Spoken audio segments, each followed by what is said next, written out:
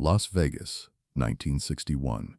The city blazed like a fallen star in the Nevada desert, a kingdom of neon and noise where fortunes changed hands before midnight and dreams were sold by the hour. The Sands Hotel rose from the sand like a monument to American excess, its marquee promising the greatest entertainers alive.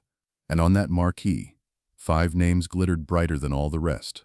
Frank Sinatra, Dean Martin, Sammy Davis Jr., Peter Lawford, Joey Bishop, the Rat Pack. They were the kings of the strip, the lords of the lounge, the men who made cool look effortless. They drank on stage, insulted each other for laughs, and sang like angels who had decided that heaven was overrated. But there was a door at the Sands Hotel that only 4 of them could use. The front door. Sammy Davis Jr. was the most talented man in the Rat Pack. Everyone knew it. Frank knew it. Dean knew it. The audiences knew it. Sammy could sing like Sinatra, dance like no one else alive, do impressions that made you forget who you were looking at. He played drums, piano, vibraphone. He acted. He commanded a stage with a ferocity that left audiences breathless. And when the show was over, he walked out the back. Not because he wanted to, because the front door wasn't for people who looked like him. This was Las Vegas in the early 1960s. The same city that put Sammy's name in lights refused to let him sleep in its hotels. The same casinos that paid him thousands to perform wouldn't let him gamble at their tables. The same restaurants that served his white colleagues closed their doors when he approached. He was a star on stage. He was invisible everywhere else. A bellhop who worked the Sands during those years. A young black man named William, who later became a civil rights attorney, remembered seeing Sammy leave through the kitchen one night after a standing ovation. He was still sweating from the show, William said, still in his tuxedo, and he walked past the garbage cans, past the dishwashers, out into the alley, like he was nobody, like what just happened on that stage didn't matter. William paused. That's when I saw Dean Martin. Dean was leaning against the wall in that alley, smoking a cigarette, waiting. He wasn't supposed to be there. The front entrance was 50 feet away, lined with photographers and fans. That was where the stars exited, through the light, into the flashbulbs. But Dean was in the alley, waiting for Sammy. You ready? Dean asked. Sammy looked at him. Something passed between them, a look that William said he never forgot. Yeah, Sammy said. I'm ready. And the 2 of them walked out of that alley together, side by side, into the Las Vegas night. Here is the paradox of Dean Martin. He was the king of cool, the man who never seemed to care about anything, who held the world at arm's length with a glass in one hand and a cigarette in the other. He made indifference look like an art form. He made detachment look like style. But when it mattered, Dean Martin was the first one standing. Not with speeches, not with protests, not with the righteous fury that Frank Sinatra brought to every battle. Dean stood with his feet. He stood by showing up in alleys where no one expected him to be. He stood by refusing to walk through doors that his friend couldn't use. The world remembers Frank Sinatra as the civil rights crusader of the Rat Pack. Frank was loud. Frank was fierce. Frank called out racism in interviews, demanded integrated audiences, threatened to destroy anyone who disrespected Sammy. The newspapers covered his battles. The history books recorded his stands. But there was another story. Quieter, less documented, known only to those who were there. The story of Dean Martin, who never made a speech about equality in his life, who simply treated Sammy Davis Jr. like a brother from the first day they met, and never stopped. A waitress who worked the Copa room at the Sands in 1962. A woman named Dorothy who served the Rat Pack hundreds of times said she once watched Dean do something she never forgot. A high roller from Texas had made a comment about Sammy. Not to Sammy's face. The man wasn't that brave, but loud enough for the table next to him to hear. Something ugly. Something about not wanting to eat where that one performs. Dorothy saw Dean hear it. He didn't react at first. Just kept talking to Frank about something. Golf, probably. Or a girl. His face didn't change. His posture didn't shift. But a minute later, Dean stood up. He walked over to the Texans' table, slow and easy, with that Dean Martin saunter that made everything look like an accident. And he said something. Dorothy was too far away to hear the words, but she saw the Texan's face go pale. She saw Dean smile, that smile that could mean anything or nothing. and she saw the Texan leave his meal unfinished, pay his bill, and walk out of the Copa room without looking back. Dean returned to his table, sat down, and picked up his drink as if nothing had happened. Frank asked him something. Dean shrugged. "Just wished him a safe trip home," he said.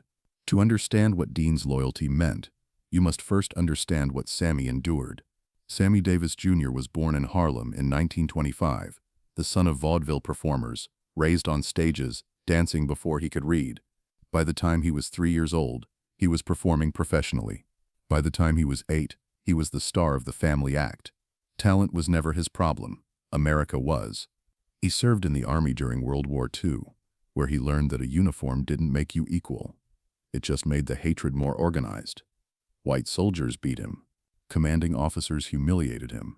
Someone painted slurs on his bunk. And Sammy discovered something that would define his life. If he was entertaining them, they forgot to hate him, so he entertained. He entertained like his life depended on it, because sometimes it did. After the war, he joined his father and uncle in the Will Maston Trio, playing the Chitlin Circuit, the network of venues across America, where black performers were allowed to work. The pay was terrible, the conditions were worse, but Sammy was so good that word began to spread beyond the circuit. White audiences started coming. White venues started calling. And that was when Sammy learned the other lesson of American fame. They would pay to watch him. They just wouldn't treat him like a human being afterward. A musician who played in Sammy's band during the early 1950s, a trumpet player named Marcus who later played with Count Basie, remembered a night in Miami that he couldn't forget. Sammy had just finished a show at a hotel on the beach. Standing ovation, encore. The crowd wouldn't let him go. Afterward, the hotel manager came backstage. "Mr. Davis, you were wonderful, really wonderful." Sammy thanked him. "Now, you understand you can't stay here tonight. There's a place on the other side of town." Marcus watched Sammy's face. It didn't change. Not exactly, but something behind his eyes went dark. "I understand," Sammy said. He said it like he'd said it 100 times before, because he had. This was the world Sammy navigated every day. The standing ovations and the service entrances, the adoring fans and the closed doors, the spotlight and the shadow. He developed armor. He learned to smile when he wanted to scream. He learned to make jokes about the very humiliations that were killing him inside. And then he met Frank Sinatra. Frank was different. Frank had grown up poor in Hoboken, the son of Italian immigrants. And he knew what it felt like to be an outsider. He saw something of himself in Sammy, the hunger, the talent, the desperation to prove yourself to a world that didn't want you. Frank made Sammy part of his circle, invited him to parties, defended him publicly, demanded that hotels accommodate Sammy, or lose Sinatra as a performer. Frank was loud about it, confrontational, willing to burn bridges. It made headlines. It also made enemies. Dean's approach was different. Dean never gave interviews about civil rights. He never made public demands or issued ultimatums. He never seemed to be fighting anything at all. He just treated Sammy like a friend. And in the America of the early 1960s, that was its own kind of revolution. A valet who parked cars at the Sands during the Rat Pack years. A man named George who later opened his own auto shop in Henderson said he watched Dean and Sammy together dozens of times. Dean didn't make a show of it, George said. He didn't point to Sammy and say, "Look how progressive I am." He just was with him. Naturally, like it was the most normal thing in the world. George remembered one night specifically. A producer from Hollywood was at the hotel, a man known for making important pictures. He wanted to meet with Dean about a role, but he wanted to meet at a restaurant that, as George put it, didn't welcome everyone. Dean's response was immediate. "Tell him we can meet at the Sands, or at Sammy's place, or not at all." The producer came to the Sands. The Rat Pack shows themselves became a form of protest, though they were rarely described that way. On stage, Frank, Dean, and Sammy traded insults with an ease that shocked audiences. They made jokes about race that would have gotten anyone else run out of town. They pretended to be prejudiced in ways that exposed prejudice. And underneath all the laughter, something radical was happening. A white audience was watching a black man stand as an equal with their white heroes. Not as a servant, not as a sidekick, not as a novelty, as a brother. A journalist who covered the Rat Pack for Variety in 1960, A man named Harold Bernstein, who had been writing about entertainment since the war, said the shows were the most subversive thing in Las Vegas. They made it look like fun, Bernstein said. But what they were really doing was showing America what integration could look like. These men loved each other. You could see it. And if Frank Sinatra and Dean Martin loved Sammy Davis Jr., well, maybe the rest of us could reconsider a few things. Bernstein remembered watching Dean and Sammy off stage once, between shows. They were sitting in Dean's dressing room, not talking about anything important. Golf, maybe, women, the usual. But the way they sat, easy, relaxed, equal, told Bernstein everything. I'd seen Dean with a lot of people, Bernstein said. Producers, directors, politicians. He always kept them at a distance. That cool thing he did. But with Sammy, there was no distance. It was like watching brothers. The friendship was not without its complications. In 1957, Sammy had begun dating Kim Novak, a white actress, blonde, one of the biggest stars in Hollywood. The relationship was an open secret, and it terrified the studios. Interracial relationships were not just taboo, they were dangerous. Harry Cohn, the head of Columbia Pictures, was furious. Novak was his property, at least that's how he saw it. He allegedly contacted organized crime figures to handle the situation. Sammy received death threats. He was warned that if he didn't end the relationship, something terrible would happen. Not to him, but to his father and uncle. Sammy ended it. He married a black dancer named Lorraine White shortly afterward. A marriage that lasted months and was, by all accounts, arranged to protect him from the backlash. Dean never commented publicly on any of this. But a friend of Sammy's from those years, a choreographer named Arthur, who had known Sammy since the Will Maston days, said Dean called Sammy the night after the Lorraine White wedding. What'd he say? Arthur asked Sammy later. Sammy wouldn't repeat the exact words, but he said Dean told him, "You did what you had to do, and when it's over you'll do what you want to do, and I'll still be here." Arthur never forgot that. That was Dean, he said. He didn't judge. He didn't tell Sammy he should have fought harder or been braver. He just said, "I'll still be here." And he was.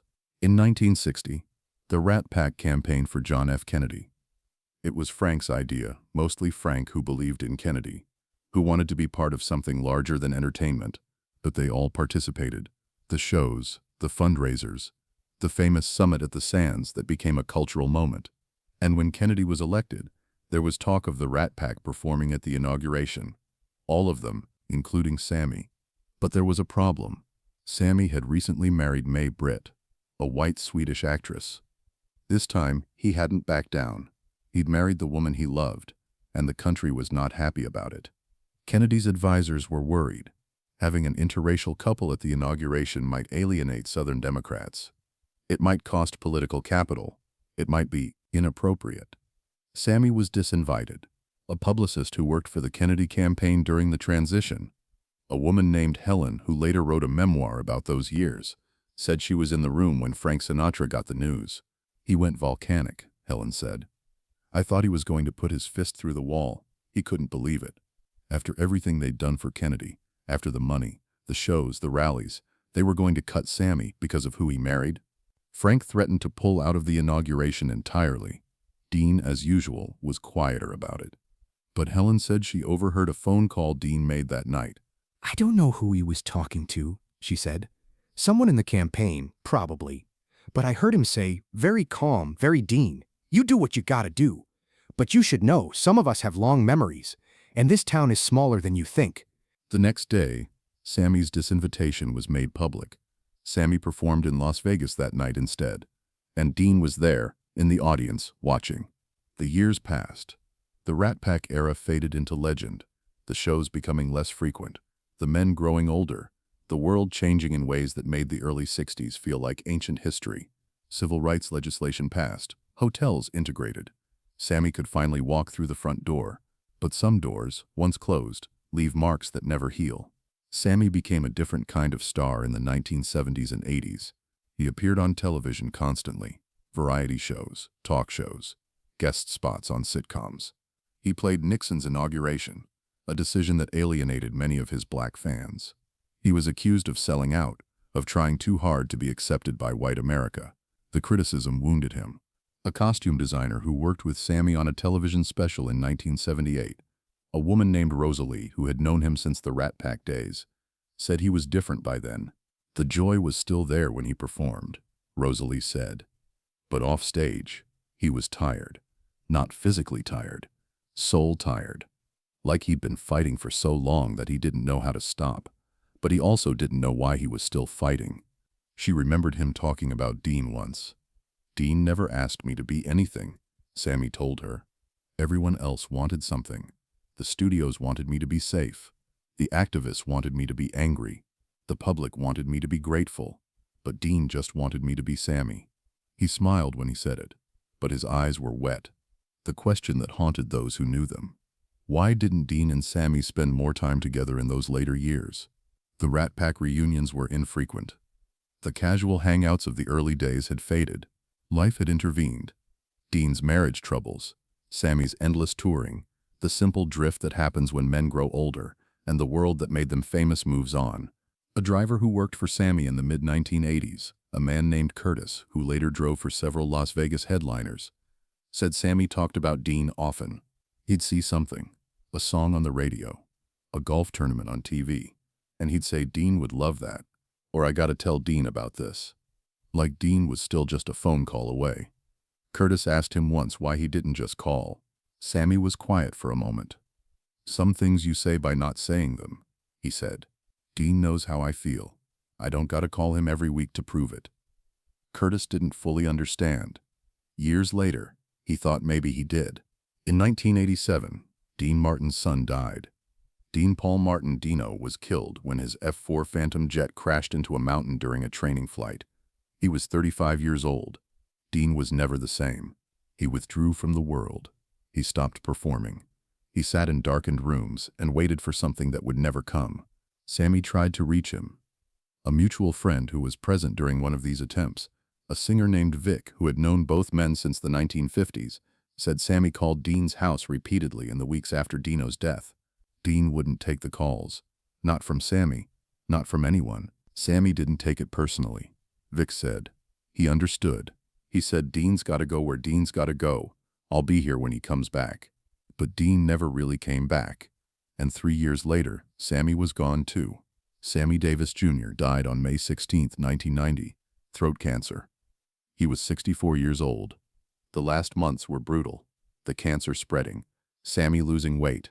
Losing his voice, losing the ability to do the only thing he'd ever known how to do. He died in his Beverly Hills home, surrounded by family. The funeral was at Forest Lawn. The Reverend Jesse Jackson spoke. Quincy Jones was there. Sinatra, Hollywood royalty, and Dean Martin, a photographer who covered the funeral for Life magazine. A man named James, who had photographed Sammy many times over the years, said Dean looked like a man who was already half gone. He was thin, James said. Gaunt. He moved like every step took effort, and when they lowered Sammy's casket, Dean just stood there, staring, like he was watching something the rest of us couldn't see. James took photographs all day, but he never published the one he took of Dean at the grave. It felt too private, he said, too much like grief that wasn't mine to share. After the funeral, there was a reception. Dean didn't stay long. A waiter who worked the event, a young man named Daniel, who is now a sommelier in Napa, said he saw Dean slip out a side door after about 20 minutes. He didn't say goodbye to anyone, Daniel said. Just left. I watched him walk to his car alone. He moved slow, and when he got to the car, he stopped for a second and put his hand on the roof like he needed to steady himself. Daniel watched him stand there for a long moment. Then he got in the car and drove away, and I remember thinking, that's a man who just ran out of friends. What had Sammy meant to Dean? The question is harder to answer than it seems. Dean Martin was not a man who expressed his feelings. He didn't write letters or keep journals or give interviews about his inner life. He deflected emotion with jokes. He kept the world at arm's length. But there are clues. A makeup artist who worked with Dean on his television show for 7 years, a woman named Patricia, who was one of the few people Dean allowed close during work, said he mentioned Sammy only once. It was 1985, during a break in taping. Someone had asked Dean about the Rat Pack days, about what it was like to be part of that group. Dean was quiet for a moment. Then he said, Sammy was the best of us. Not the most famous, Not the most powerful. The best. He worked harder, he gave more, and they made him pay for every goddamn inch of it, and he never complained. Not once. Patricia said. Dean's voice cracked slightly on the last sentence. He didn't say anything else. He never brought it up again. Dean Martin died on Christmas Day, 1995. 5 years and 7 months after Sammy. 3 years after walking out of that reunion tour, unable to keep performing after Dino's death. 8 years of slow withdrawal, of darkened rooms, of refusing the calls that kept coming from people who loved him. He was 78 years old. He died alone. The memorial service was held at Pierce Brothers Westwood Village. Sinatra was there, older now, moving carefully, but still there. Shirley MacLaine came. Bob Newhart, the Hollywood establishment, paying its respects to the last of a certain kind of star. But the man being buried was not the Dean Martin the public knew. That Dean Martin, the smooth, unflappable king of cool, had been a performance, a magnificent performance, sustained for decades, but a performance nonetheless. The real Dean Martin was more complicated. He was a man who kept his loyalties quiet and his wounds private, a man who never marched in a protest but stood up when it counted, a man who loved his friends so deeply that he couldn't survive their absence. What did Dean Martin and Sammy Davis Jr. share? Not just the stages, not just the jokes, not just the mythology of the Rat Pack. They shared the knowledge of what it meant to be an outsider. Dean was the son of an Italian barber who barely spoke English, from a steel town in Ohio where immigrants were tolerated but not welcomed. He had scratched his way into show business through nightclubs run by men who would kill you if you crossed them. Sammy was the son of vaudeville performers, a black man in an America that saw him as less than human until the moment he started to dance. They came from different worlds, but they recognized something in each other. A record producer who worked with both of them in the 1960s, a man named Irving, who later became a music industry legend, said he witnessed a moment between Dean and Sammy that he never forgot. It was backstage at the Sands, after a show. A young white singer, Irving wouldn't say who, had made a joke about Sammy's color. One of those jokes that pretended to be friendly but wasn't. The kind of joke that white people told when they wanted to remind everyone of the hierarchy. Sammy laughed it off. He always laughed it off. But Irving saw Dean's face. It went cold, Irving said. Just for a second. Dean didn't say anything, but he walked over to where Sammy was standing, and he put his arm around him. Not a big gesture, just an arm around the shoulder, and he looked at that young singer with those heavy-lidded eyes, and he said, "You know, kid, I'd watch what I say. Some of the people in this room have been friends for a long time, and some of them just got here."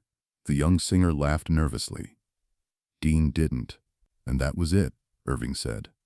Dean just stood there with his arm around Sammy, not saying anything else, until the kid found somewhere else to be.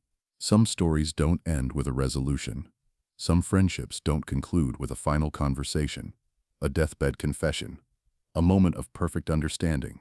Dean and Sammy never had that moment. They didn't need to. Here is what they left behind. The image of two men standing together on a stage, in a time when that image itself was a statement. The memory of a loyalty that never demanded recognition. The proof that sometimes the most powerful thing a man can do is simply refuse to leave the room. A cleaning woman who worked at the Sands for 30 years, a woman named Beatrice, who saw every kind of celebrity pass through those halls, was asked once what she remembered about the Rat Pack. She thought about it for a long time. Most of them were nice, she said. Professional. They didn't see me, but they weren't rude about it. She paused. But Mr. Martin was different.